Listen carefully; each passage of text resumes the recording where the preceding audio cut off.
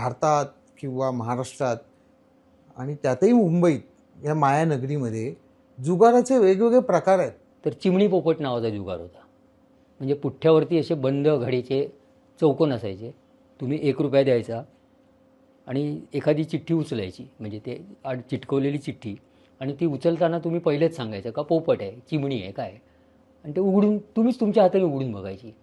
जर समजा तुम्ही पोपट म्हणालात आणि पोपट आला, तर त्या रुपयावरती जे पैसे लागलेले असतील, 5 रुपये 10 रुपये, ते तुम्हाला मिळणार. एक गवताचा जुगार होता. अशी गवताची पेंडी ठेवली जायची, तुमच्याकडनं 1 रुपया फी चार्ज केली जायची, त्याची घडी केली जायची, आणि तुमच्याकडनं तो पंटर घेणार आणि त्या पेंड्यात ती 1 रुपया ठेवणार, लपवणार, आणि तुम्हाला चान्स की तुम्ही ती शोधून दाखवा.